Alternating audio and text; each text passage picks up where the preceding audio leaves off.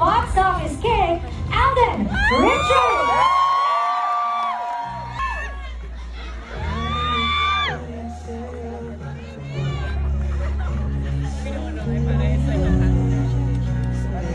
And now may we call. We were able to create a film that made a mark in the lives of the people who have watched it, and we're very grateful for all the recognitions that it's been getting as well. So it's like a validation of all our hard work. You know, na lahat ng pinaghirapan namin, na-appreciate ng mga taong nakapanood at sumuport tapos sa pelikula. Does it inspire you to do more movies? Yeah, to do more, to produce more, to direct more. Kasi parang, yun nga po, like my speech a while ago, sabi ko, I still do believe in the magic of the local cinema, which is the Philippine movie industry. And, you know, we have very talented people behind the cameras, creatives, the directors, and people who have a great vision for the movie industry. So, I'm not losing hope. I mean, it's a constant battle that we have to face every day in producing content for the Filipinos and the moviegoers. But at the end of the day, all we want to do is tell great stories about the lives of different individuals all over the world. So may mga discussions na ba about your next film? Meron na po in the works, yes. But yun nga po, can't share much details until mabigyan na tayo ng go signal. But know that medyo marami po siya. Diba kaya? Joke lang. Yeah, so yun po. Hello Kathden fans! So mainit-init pa ha, humakot ng awards. Na breaking news ito mga kasombreros kasi humakot ng awards. Ang Kathden at ang Hello Love Again mga kasombreros sa Cinema Exhibitors Association of the Philippines Incorporated or Cine Expo mga kasombreros. Dahil sa pelikula nga nila no, na Hello Love Again na 2024 top grosser at umattend si Pops Alden mga kasombreros kagabi kasama sina Mama or Attorney Annette Gozon at saka iba pang bosses mga kasombreros.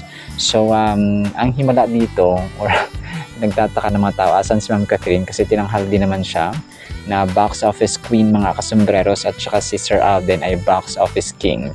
Siguro nag-uusap ang dalawang ito na huwag ka munang pumunta kasi baka pagkakaguluhan naman tayo ng mga tao at saka siguro super busy niya box office queen mga kasombreros.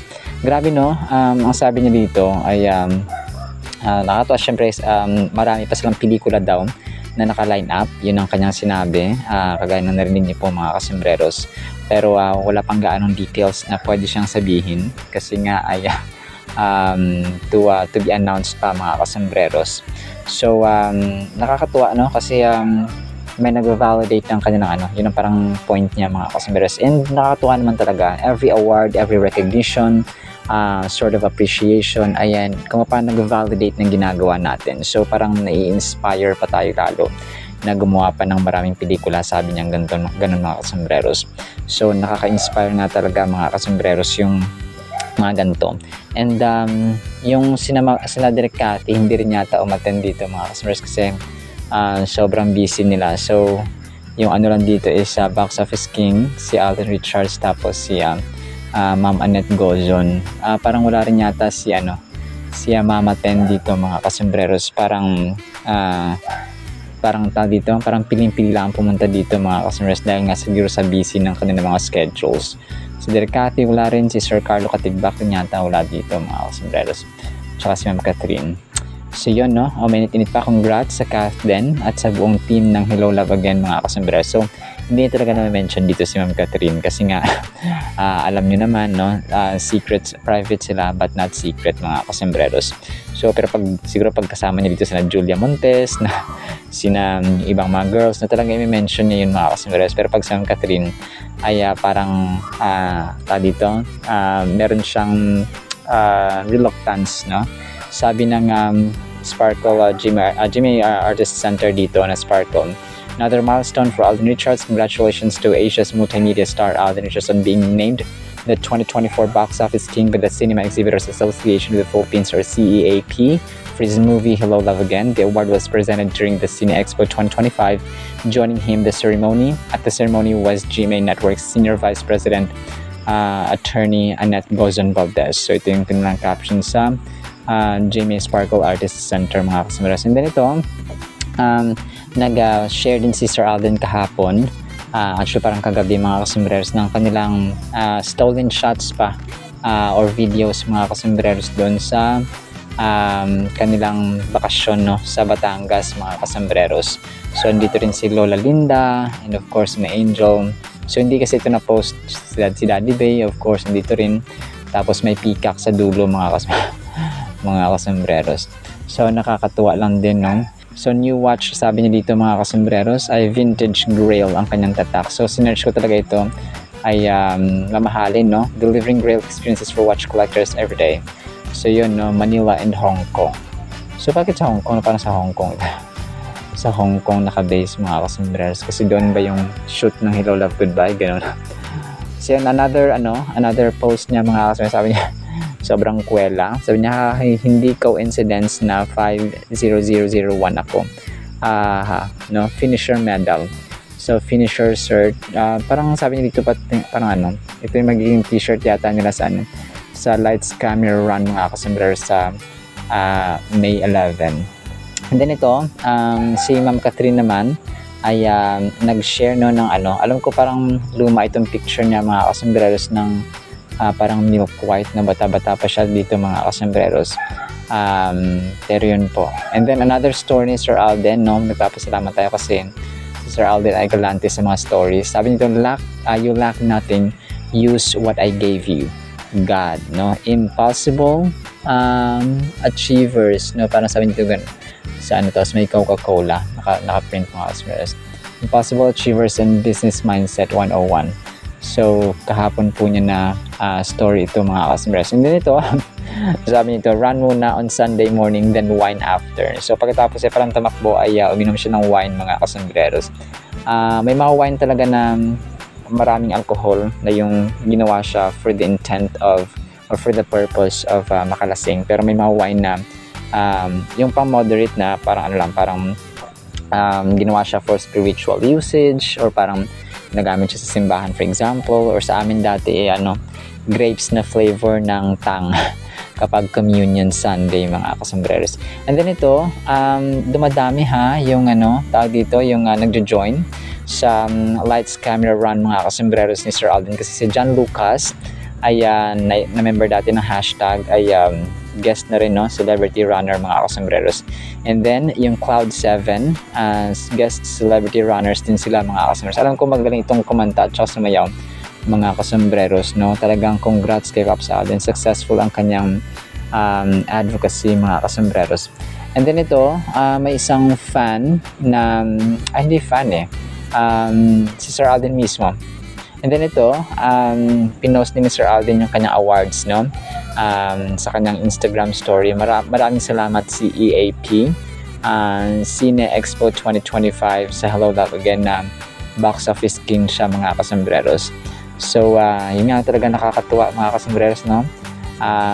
Sana ay magpatuloy pa ang ni Sir Alden mga kasambreros ang kanyang awards and recognitions. And then si Mami Min ay nag-My Day siya, no, nag-story siya ng mga pabango, no. Sabi niya dito, order on Shopee now the freshest scents for a fresh Monday. So nagbebenta siya ng pabango mga kasambreros na Rumi ang kanyang Rumi scents ang kanyang pangalan mga kasambreros. So pwede na siyang i-order din po sa Shopee or Lazada. And then ito si Sir Alden nag-post ng inspiring quote, simple at saka short quote mga kasambreros na keep chasing. Tapos nagbabike siya mga kasambreros. So keep chasing, no, merong rason kung bakit tayo may hinahabol because we have dreams in lives. And then ito yung Fulkerson siblings mga kasambreros, no, brand ambassador ng Casino Plus. Tapos si Riza naman at saka si yung si Ate April yata ito, no, pinsan niya mga kasambreros ay in one frame po sila mga kasambreros. Alright, so actually that is it for the meantime sa ating Kathleen items. Pero abang-abang pa kayo kasi meron pa tayong updates po mga kasambreros So sana po ay pakinggan po natin ang Word of God. At para po sa ating Word of God mga kasembreros ay doctrinal po ito. Ang title natin, Mga Sinumpa. Bakit nga ba sinumpa ng Panginoon ng 40 taon ang kanyang mga tao, mga piniling tao na mga Israelita, mga kasembreros at pinawander, no, pinaikot-ikot lamang doon sa ilang or sa disyerto for 40 years.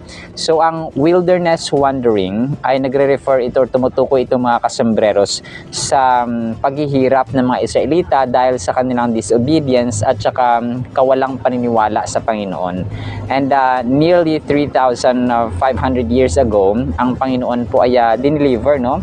Or kinuha, sinalba ang kanyang mga tao mula sa kamay ng mga Egyptian dahil sila po ay naging bondage, naging alipin, kagaya ng dinidescribe po sa Exodus chapter 30 or chapters 1 to 12 mga kasembreros. So yung Diyos kasi, dahil sila mga piniling tao ay merong nilaan na possession or kayamanan sa para sa kanilang mga ninuno, mga kasembreros. Tapos sa time ni na Moises, sila na yung supposedly ay kukuha ng mana, no? Kukuha ng kayamanan mga kasembreros na tinutukoy sa Exodus chapter 3 verse 8 na isang lupain, no? Isang land flowing with milk and honey. So hindi siya literal na umaagos yung milk at saka yung honey mga kasembreros na kundi parang tinutukoy dito na sobrang mataba ang lupa, no? Sobrang kumaga pa fertile mga kasembreros ang lupa na kumaga pa kapag nagtanim sila ay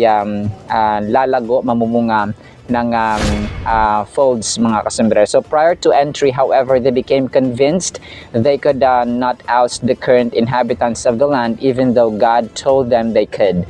So unbelief ito mga kasembreros. Kaya sinasabi ng Panginoon na kasi nasa kalagitnaan sila ng travel, no? Nasa walking journey sila mga kasembreros from Egypt to the promised land ay mapanood din yung unbelief, no?